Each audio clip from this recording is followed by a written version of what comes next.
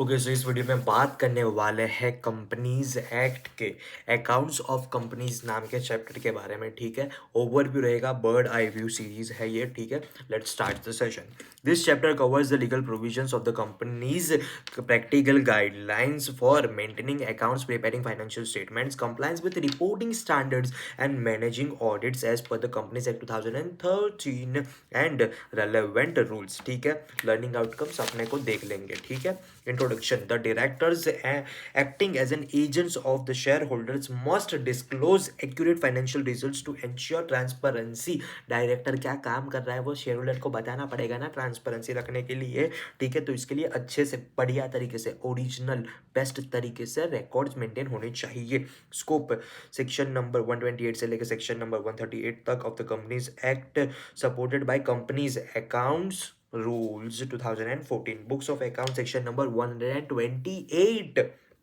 Definition: books of accounts includes records related to money received and spent, sales and purchase, assets, liabilities and costs. Books and papers includes deeds, vouchers, writing documents, written documents, minutes, registers maintained physically or electronically. Books and papers. ठीक है, की provisions, location to be maintain at the registered office, कहाँ पे, registered office और any other place approve by the board of directors with notification of the to the registrar in the form AOC 5।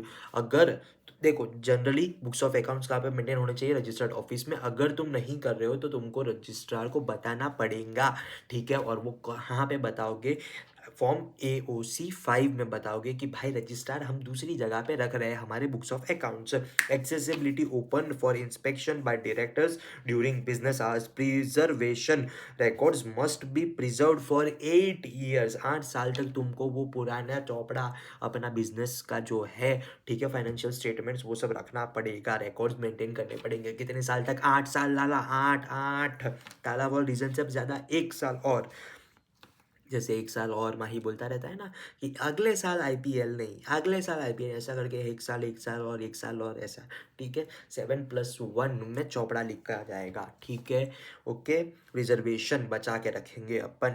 Records must be preserve for 8 years unless extended by the central government in case of investigations. अगर तुम है मतलब 6 साल तक तुमने रखा, ठीक है, उसके बाद कोई तुम पे इंक्वायरी आ गई तो 3 साल तक वो इंक्वायरी चली, तो तुम 8 साल पे आधी इंक्वायरी चल रही है और तुम चौपड़ा बंद करके फेंक दोगे क्या? नहीं, 8 साल पे तक चल रही है लेकिन इंक्वायरी चालू है ना, तो अभी वो मेंटेन करके रख, इन्वेस्टिगेशन खत्म होने के बाद अगर परमिशन मिले उसके बाद डिस्पोज करना है। ठीक है, electronic maintenance allowed under the companies rules 2014 must ensure accessibility.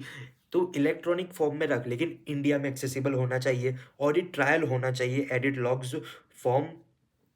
Logs होना चाहिए। ठीक है, backup on servers physically located in India. ठीक है, अब financial statement section number 129। Definition includes, financial statement में क्या क्या इंक्लूड होता है? बैलेंस शीट होती है एज ऑन दैट डेट, फिर profit and statement except profit statement होना चाहिए, फिर कैश फ्लो स्टेटमेंट होने चाहिए। कैश फ्लो स्टेटमेंट ना बनाना चाहे तो नहीं बना सकती। कौन कौन सी companies? Small companies, 1% companies, dormant companies या फिर प्राइवेट स्टार्टअप कंपनी थी आई थिंक। ओके, और तो और changes in equity, statement of changes in equity and explanatory notes तुमको मेंटेन करने रखते हैं। ये चीज क्या क्या किस में इंक्लूड होती है? फाइनेंशियल स्टेटमेंट में। ठीक है, अब की requirements: must present true and fair view of the companies affairs, comply with the accounting standards, consolidated financial statements required for companies with subsidiaries, joint ventures and associates।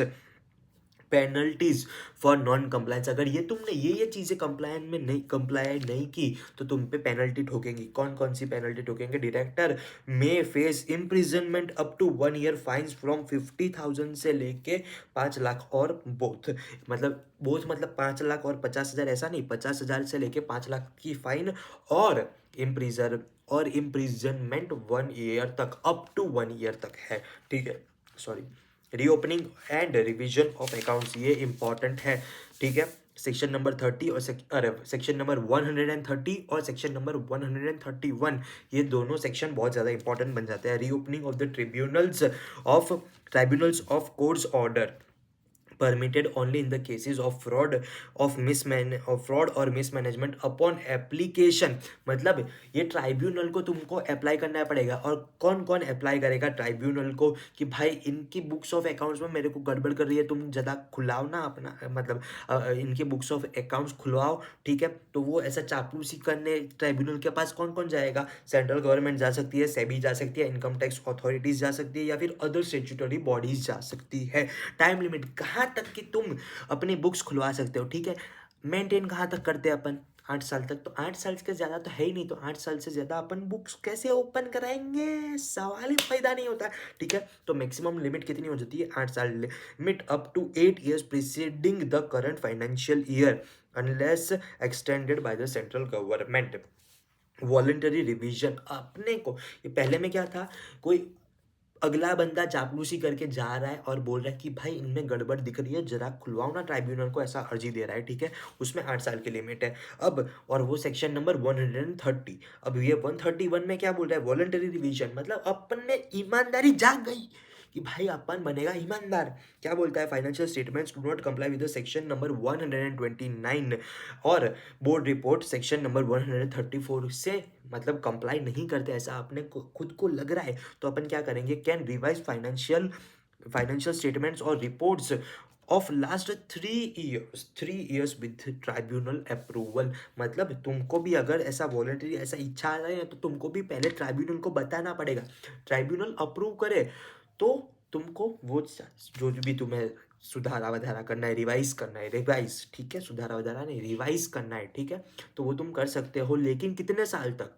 3 साल तक। यहाँ पे ना 3 साल की लिमिट आ गई है। पहले सेक्शन नंबर 130 में कितना? 8 साल का लिमिट, इसमें खाली 3 साल का limit. National financial reporting authority NFRA section number 132। Purpose क्या है? Oversight accounting and auditing standards, monitoring and enforcing compliances, constitution, chairperson expert in finance, law and accountancy. Maximum कितने members? 15 members, full time and part time excluding chairperson. मतलब ये जो 15 लोग हैं उसमें chairperson include नहीं होता है। NFRA में कितने मेंबर होंगे? 15 मेंबर्स एक्सक्लूडिंग मतलब 15 मेंबर्स के अलावा चेयरपर्सन इधर, मतलब यहाँ पे चेयरपर्सन, यहाँ पे 15% का टोला, ठीक है। जैसा किसमें? NFRA में, ठीक है। Includes representatives from MCA, C&AG, RBI, SEBI, ICAI and independent expert भी इस 15 लोगों के टोड़े में आ जाते हैं, ठीक है। Functions recommend accounting and auditing standards, investigate professional misconduct by auditors, monitor compliance with standards and impose penalties. मतलब पेनल्टी ठोकने का काम भी ये लोग करते हैं। क्या करते हैं? For individuals 1 lakh to 5x audit fees, for firms 5 lakh से लेकर 10x ऑडिट फीस, और debar professionals for 6 months to 10 years। अगर कोई ऑडिटर ऐसा गड़बड़ कर रहा है तो इंडिविजुअल है तो उसे 1 लाख से लेके 5 टाइम्स द ऑडिट फीस, मतलब उसने ऑडिटिंग की जो फीस ली है उसका 5 गुना, टका नहीं, उसका 5 गुना, या फिर 1 लाख, ठीक है। और अगर वो ऑडिटिंग फर्म है तो 5 लाख, या फिर जितनी ऑडिट फीस ली है उसका 10 गुना, ठीक है। और तो और डीबार कर सकता है प्रोफेशनल को 6 महीने से लेकर 10 साल तक। मतलब तुम एज अ प्रोफेशनल कोई भी काम नहीं कर पाओगे। Internal audit section number 130 applicable to listed companies, unlisted companies with turnover less than और टर्नओवर ग्रेटर देन 200 करोड़ और आउटस्टैंडिंग लोन और डिपॉजिट्स ग्रेटर देन 100 करोड़ और other companies as may be prescribed. इसमें एक प्रोविजन शायद नहीं है डिपॉजिट वाला, यहाँ पे लिखा है, बट ओके देखना पड़ेगा। ये पॉइंट थोड़ा इंपॉर्टेंट भी है वैसे। इंटरनल ऑडिट का एप्लीकेबिलिटी मतलब एक है, इससे सब डेटा दिया होता है कि free reserves, paid up share capital इतना है, नेट प्रॉफिट इतना है, लोन है, बोरोइंग इतनी है, वो सब ऐसा डेटा दिया है। और फिर बोलता है कि भाई एम्प्लॉय एक मतलब कंपनी का एक बंदा ऐसा बोल रहा है कि इंटरनल ऑडिटर कम एम्प्लॉय करना चाहिए हमें, तो तुम बताओ सही बोल रहा है कि नहीं, तो हमें बताना पड़ेगा कि सही बोल रहा है कि नहीं, ठीक है। तो उसमें ये क्राइटेरिया चेक करने का इंपॉर्टेंट क्वेश्चन है, ठीक है। So this is important for examinations. उसके अलावा कॉर्पोरेट सोशल रिस्पॉन्सिबिलिटी, ये भी बहुत ज़्यादा इंपॉर्टेंट है, सेक्शन नंबर 135, ये सेक्शन नंबर के साथ याद रखने का। यहाँ पे section number 138 internal auditor, section number 135 CSR corporate social responsibility applicability, companies with net worth 500 crore से ज़्यादा हो तो, या फिर टर्न ओवर 1,000 करोड़ या फिर उससे ज़्यादा, या फिर नेट प्रॉफिट 5 करोड़ या उससे ज़्यादा हो, तो तुमको CSR एक्टिविटी करनी पड़ेगी। Requirement suspend 2% of average net profit on CSR activities, 2% तुमको देना पड़ेगा। यहाँ पे किसमें, CSR एक्टिविटीज़ में। Non compliance unspent amounts must be transferred to special funds with in 6 months of the financial year. 6 महीने में तुमको अगर स्पेंड नहीं किया है तो फिर उसका अलग फंड बना के उसमें ट्रांसफर करना पड़ेगा। Then board report, section number 134 की कंपोनेंट्स। बोर्ड इसमें भी आता है कि बोर्ड रिपोर्ट में क्या क्या बनाना चाहिए, क्या क्या मतलब प्रेजेंट करना चाहिए। तो सबसे पहले तो web address of annual return, फिर web address for the annual return register, फिर number of board meetings, directors responsibility statement, नहीं वो तो डायरेक्टर्स रिस्पॉन्सिबिलिटी स्टेटमेंट में क्या क्या आता है वैसा है, ठीक है। Policies and directors appointment and remuneration, board report में ये सब आता है in short. Explanation of auditor and secretary remarks, risk management and CSR policies details और उसका material changes affecting the financial position, details of related party transaction and loans, authentication must be signed by chairperson और 2 directors including MD, ये including MD वाला भी question आता है। B और तो और मतलब ए में चेयरपर्सन और 2 डायरेक्टर्स, और अगर CEO CFO या फिर CS इफ अपॉइंटेड, अगर अपॉइंट किया है तो इस पे क्वेश्चन आता है, ठीक है। ये ज़्यादा ये मतलब ये याद रखना है।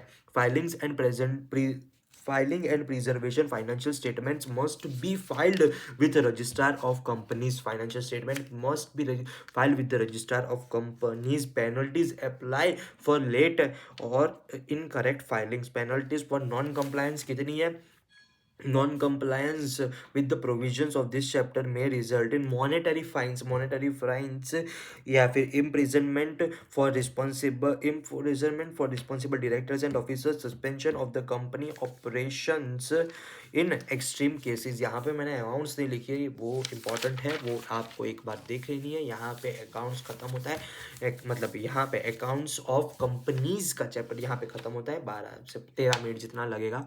अभी CSR इंपॉर्टेंट है, इंटरनल ऑडिटर वाला जो पॉइंट है वो इंपॉर्टेंट है, फिर वो MD वाला जो कौन कौन साइन करेगा, चेयरपर्सन या फिर उसके अलावा 2 डायरेक्टर, और MD क्या CS CFO या CEO जो भी अपॉइंटेड है वो बंदा करेगा, ठीक है। इतना पॉइंट्स बहुत ज़्यादा इंपॉर्टेंट बन जाते हैं इसमें, बाकी तो नॉर्मल है, ऑडिट ट्रायल वगैरह मेंटेन कर सकता है।